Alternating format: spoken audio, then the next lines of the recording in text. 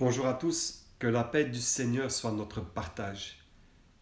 Tu savais que Jésus-Christ, on l'appelle le Prince de paix. Et nous, en tant qu'imitateurs de Christ, nous devons également apporter cette paix. Car celui qui connaît le véritable Dieu, qui connaît la véritable lumière, apporte constamment la paix, la joie, la compassion. Celui qui ne le connaît pas, qui sert d'autres dieux, vous allez voir son caractère, un caractère querelleur, un caractère envieur, un caractère qui apporte la jalousie, l'amertume, la tristesse. C'est une personne qui est dans les ténèbres et qui ne connaît pas le véritable Dieu. Et Dieu a fait de toi, qui est né de nouveau, son ambassadeur. C'est pourquoi l'apôtre Paul nous pose une question. C'est une question intemporelle. Dans le 1er Corinthiens chapitre 3 au verset 16. L'apôtre Paul nous pose cette question. Lui qui était conduit par le Saint-Esprit, qui était rempli du Saint-Esprit, qui avait une marche de sanctification hors du commun, car il a rencontré la véritable lumière dans le chemin de Damas. Il a rencontré le Seigneur Jésus-Christ en esprit. Et quand il a rencontré cette véritable lumière, ça a été un choc, un tel choc émotionnel que l'apôtre Paul a même perdu la vue. Tellement que ça a été grandiose. Après, on a prié pour lui, il a récupéré la vue et ensuite il est parti en mission. Une mission extraordinaire où les prodiges et les miracles l'ont accompagné. Et l'apôtre Paul nous pose cette question. Comme je disais, une question intemporelle.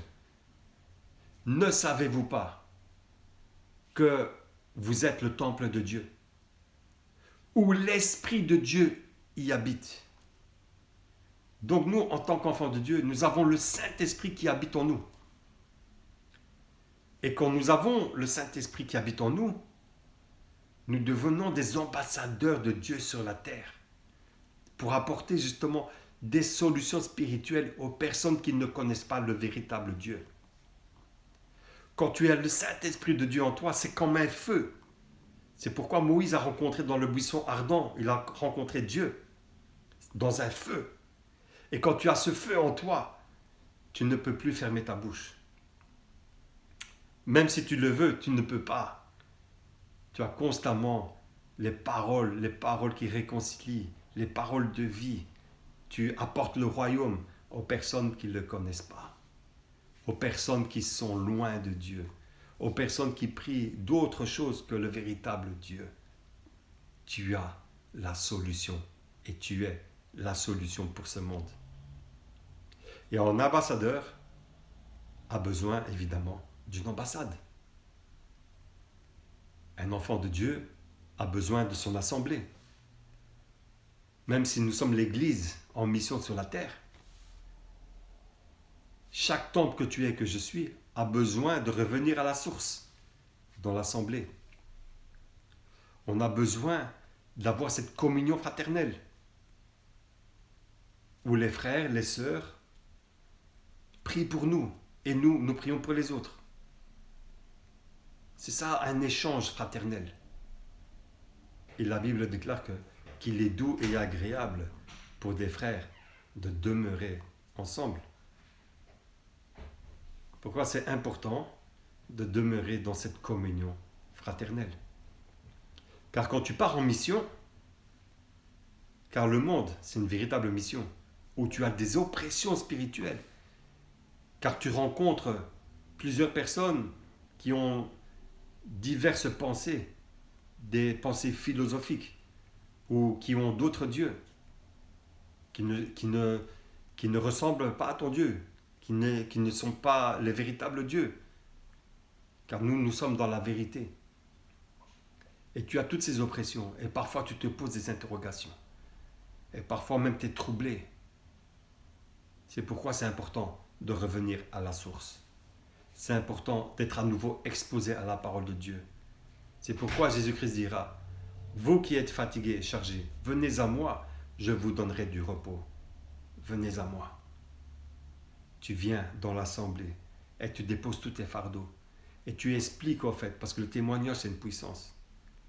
Dans l'Apocalypse, on nous dit qu'on a vaincu le diable grâce à la parole du témoignage. Grâce à la parole et au témoignage. C'est important de témoigner ce que Dieu a fait à travers tes mains, à travers ta bouche. Car nous sommes qu'un vase et le Seigneur nous utilise pour pouvoir apporter une solution, une guérison surnaturelle quand tu pries pour une personne. C'est comme ça que Dieu se manifeste à travers toi. Dieu ne pourra pas venir de son royaume sur la terre ne pourrait pas le contenir. C'est trop de puissance. Rien ne peut le contenir. C'est pourquoi même Dieu s'est manifesté dans le corps de Jésus-Christ, pour que la terre puisse le contenir. Et nous devons également déposer tous ces fardeaux dans l'assemblée, où tous les véritables adorateurs prient le Père en esprit et en vérité. Ils sont tous là occupés à prier pour un même but, adorer le Seigneur, avec un cœur léger, avec sincérité. Et c'est tout ce que le Père attend, des véritables enfants de Dieu, nés de nouveau, qui le prient avec un esprit libre, sans obligation. Et là, vous allez voir la gloire du Saint-Esprit se manifester parmi le peuple de Dieu. Vous savez, une voiture, je vais prendre cet exemple bien simple. Une voiture, quand tu la remplis, tu vas à la pompe à essence, tu remplis cette voiture. Et quand cette voiture est remplie d'essence, elle peut rouler pendant des centaines de kilomètres. Tu roules 100, 200, 300 kilomètres. Et tu peux aller jusqu'à 1000 kilomètres. Mais à un moment donné, cette voiture va manquer d'essence. Et quand cette voiture manque d'essence, c'est la panne. C'est ce qu'on appelle la panne d'essence. Et la voiture n'avance plus. Un enfant de Dieu, c'est pareil. Il vient dans l'assemblée, il est rempli par le Saint-Esprit, il mange le pain de vie, car Jésus-Christ dit, je suis le pain de vie. Il mange ce pain-là, il est nourri, il est rempli. Son temple est à nouveau régénéré. Il part en mission. Mais pendant une période, il va être rempli de Dieu, il va être rempli de l'Esprit de Dieu, mais il devra à un moment donné revenir à la source. Jésus-Christ est une source intarissable et on a besoin de revenir à cette source, à la communion fraternelle, la communion de prière. Car si nous sommes coupés de cette communion de prière, à un moment donné, tu seras coupé également du Saint-Esprit.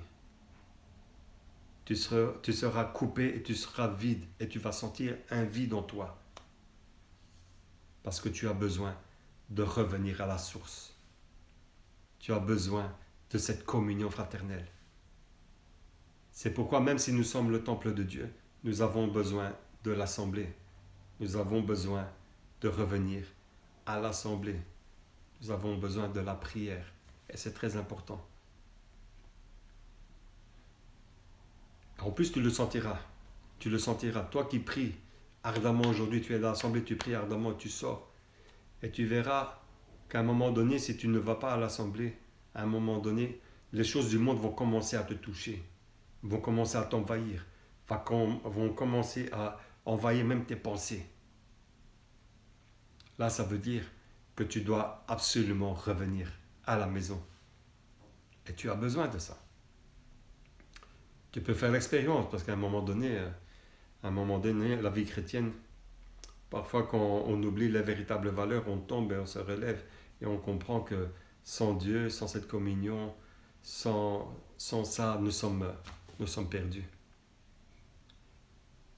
Et dans les commandements éternels, Dieu a dit, mais quand même ce jour à part pour venir m'adorer. Et Christ est le sabbat éternel. Et notre foi repose sur Christ. C'est pourquoi les disciples se réunissaient toujours un jour après le sabbat, donc le dimanche, pour venir l'adorer.